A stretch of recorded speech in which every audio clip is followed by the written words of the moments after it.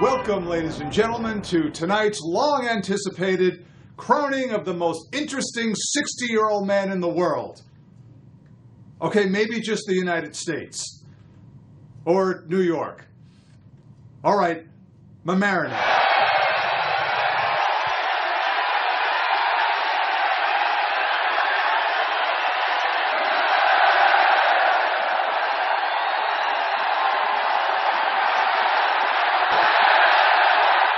Here we are in New York at Radio City Music Hall, where you can feel the excitement and the buzz of the crowd.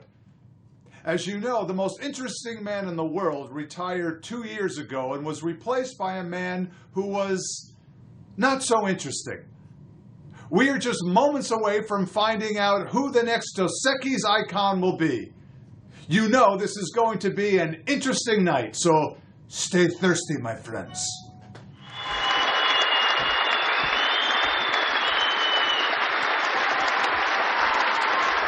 Tonight, our 5 nominees are very intriguing people, each with their own compelling stories. Let's take a moment to get to know them.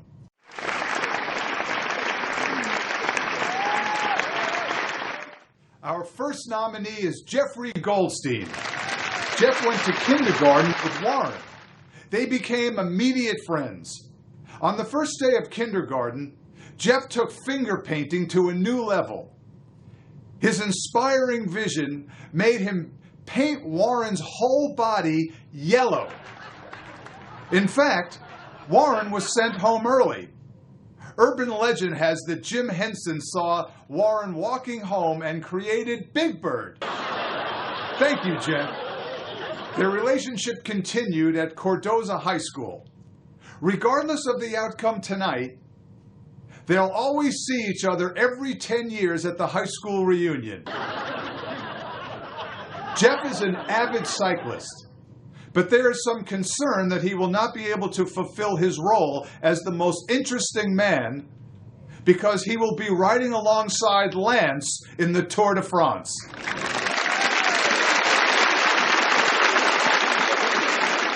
The next nominee is Lynn Kushner-Fleer, the Martha Stewart of New Rochelle. She is the hostess with the mostest. Her spinach balls are legendary, and so are mine. And her pecan French toast casserole is to die for. In fact, it's rumored that she slipped these magnificent treats into the judges' goodie bags. A special prosecutor has been appointed to clear up this covfefe. Fantastic, we're doing a terrific job. Lynn also graduated from Cardozo High School. Do you smell collusion? A lot of people didn't even know she was a man.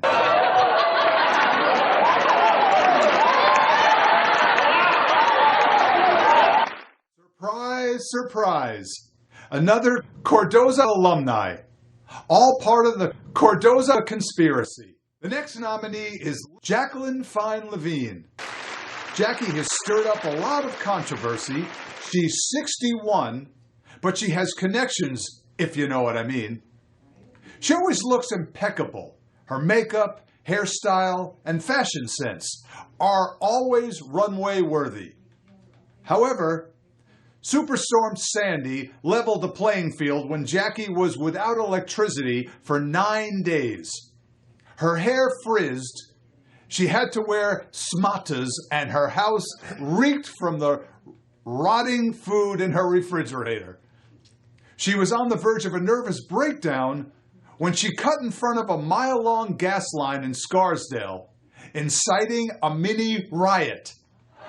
Fortunately, this incident and a full tank of gas gave her the strength and fortitude to find a place to get her hair and nails done. She remains close to Warren to this day because he owns a generator.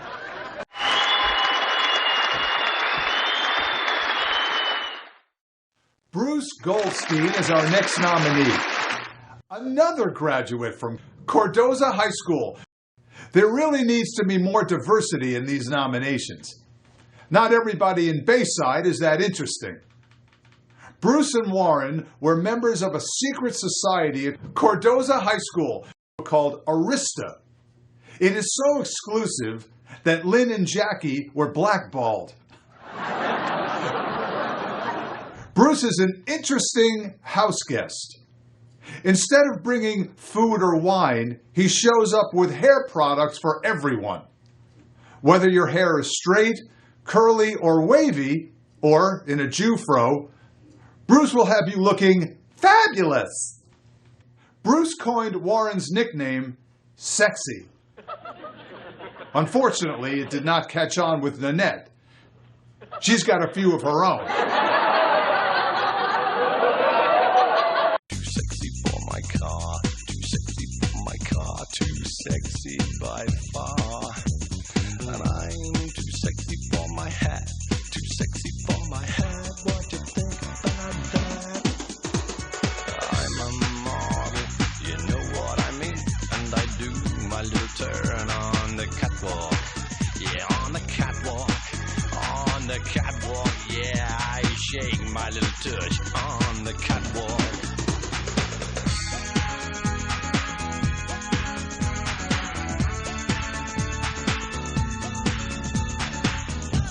Too sexy for my, too sexy for my, too sexy for my.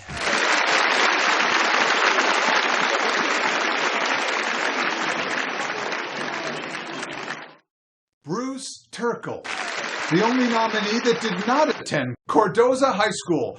Even though he's over 60, the committee felt they needed somebody with a good high school education. Bruce's resume is going to be tough to beat. At American University, he donned his wings to become the Eagle mascot. Ironically, Bruce is now a bald eagle forever. Bruce is an established playwright and lyricist. He is best known for his thought-provoking work, Beauty and the Beamer, Where's Margie?, Mensch of La Mancha. He is truly a triple threat. Temple Israel is the place for me. Reform Judaism is the life for me. Chopped liver always gives me hives. Yom Kippur I'll fast on Sunday, let me drive. Bruce looks like a shoo-in, but in this town, it's what have you done for me lately? Without the Temple Follies to inspire his creativity, he hasn't produced a hit in years.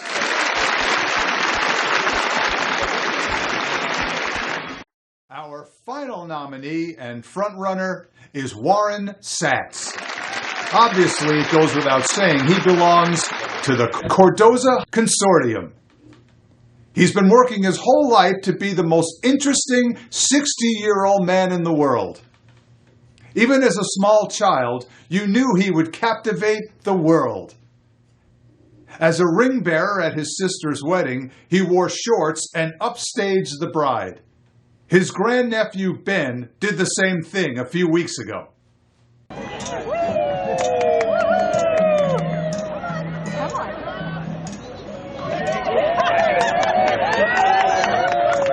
In high school, he won Best Actor for his riveting portrayal of Prince Valiant in the school play.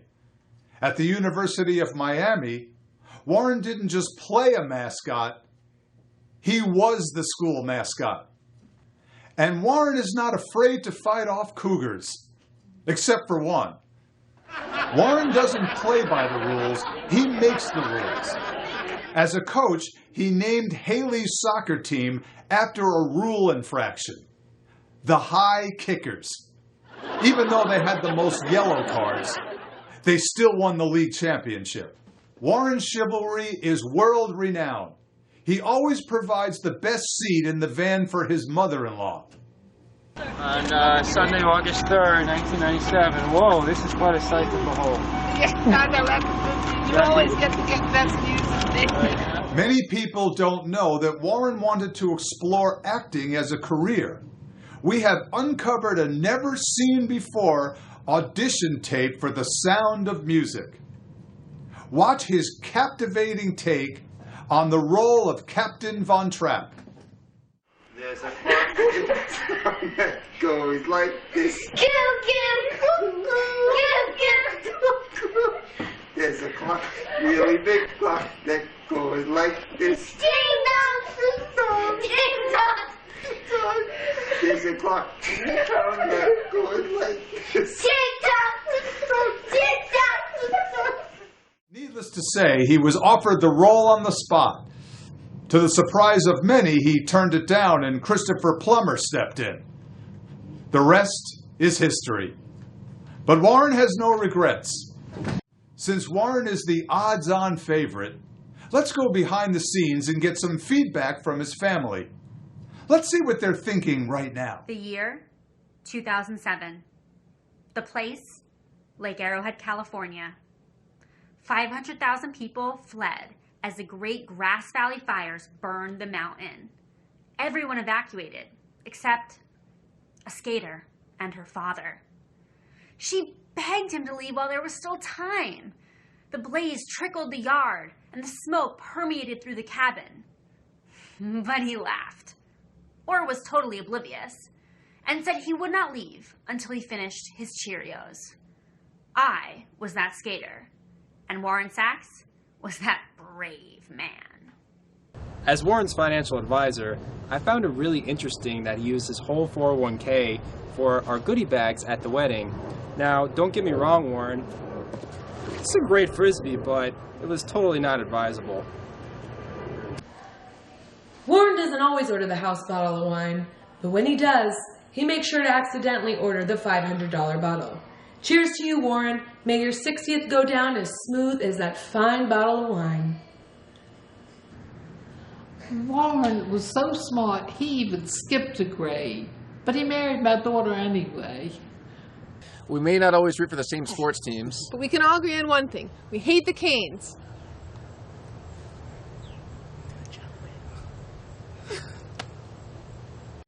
Many of you know, Warren is a man of many talents. He can play the saxophone. He's a world-ranked tennis player. But what you don't know is he has an unusual fixation with figure skating. Nobody could understand it. He would spend hours and hours watching the monotonous figure skaters going around and around in circles. Why was he doing this? Little did you know he had a plan. He knows every point value of every figure skating move. He has now been selected to be an Olympic judge for figure skating in the 2018 Olympics in Korea. Warren created an international uproar when the paparazzi caught him looking gaunt at a wedding in Virginia 2 years ago. Was he sick? Did he invent a weight loss program to take off 50 pounds in one night? No, none of the above. Warren wore my tuxedo by accident. Brilliant move. As you well know, Warren has been called Saint Warren since the day he married my sister, and with good reason. The Pope found out about this, and after reviewing the many years of hardships he's had to go through with our family, he has canonized him immediately. Every day he closes million-dollar deals. Real estate tycoons hanging on his every word. But there is one challenge that even this Renaissance man cannot accomplish. No matter how hard he tries, he cannot get even one of my security deposits back from the 5 apartments I have lived at. This mover and shaker in the top tier of New York real estate gets down on his hands and knees to clean up all the unrecognizable messes I have made in the hopes of retrieving that elusive security deposit. When I move in 10 days, he will once again rail up the gods, and like Don Quixote, he will dream the impossible dream. Hello. First of all, I would like to state unequivocally that I have absolutely no connection to any of these worthy nominees. But I would like to interject an observation I have made about Mr. Warren Sachs. Mr. Sachs is an explorer, a risk taker, someone who likes to go where no one has gone before.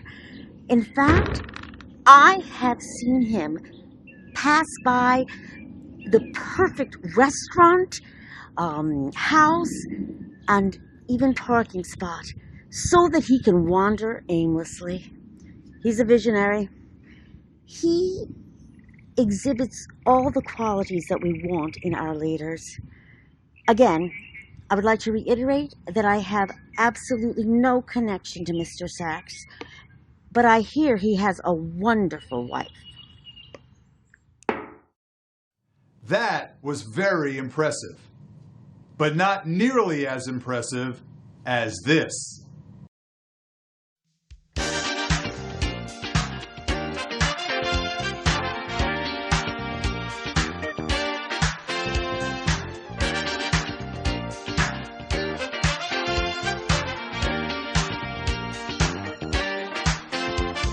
Never give up on a good thing.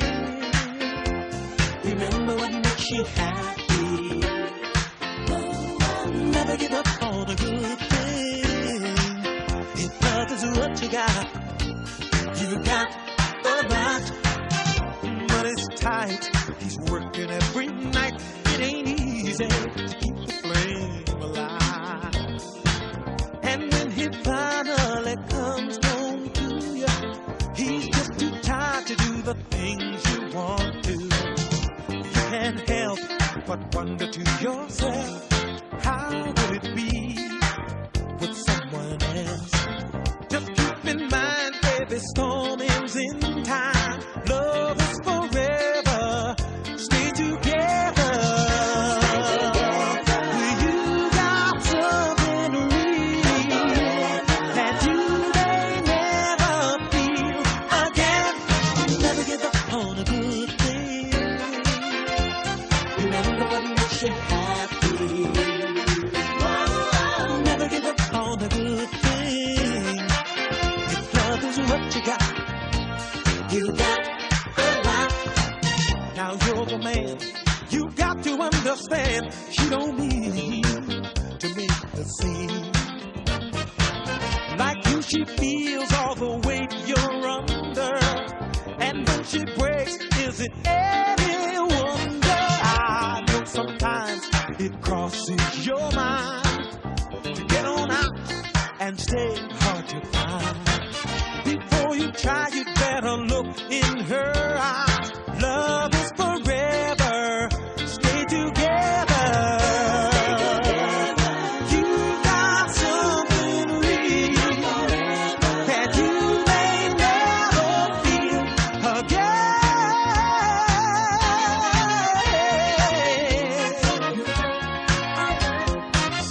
Stay together.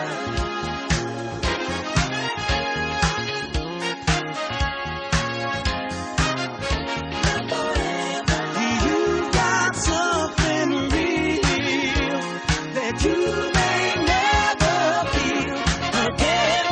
Never give up on the good thing. Remember what makes you happy. Never give up on the good thing.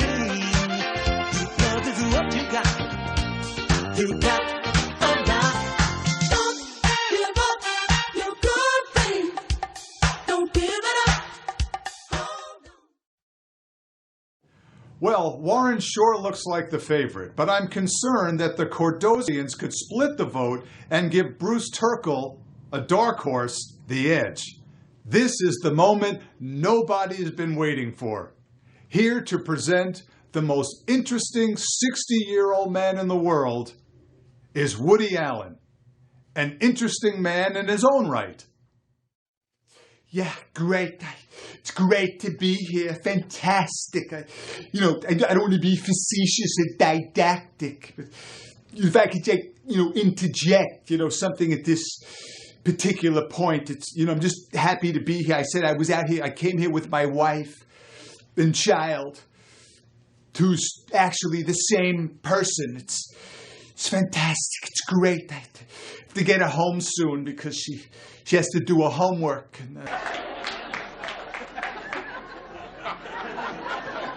Ladies and gentlemen, I think it's time to get to the fantastic nominees for tonight's event. And the nominees are Jeff Goldstein, Lynn Kushner, Leah, Jacqueline Fine Levine, Bruce Goldstein,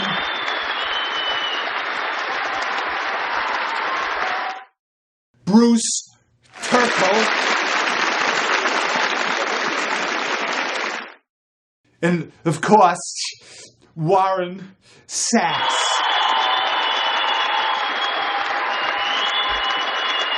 Ladies and gentlemen, I think we're actually ready here, and the winner is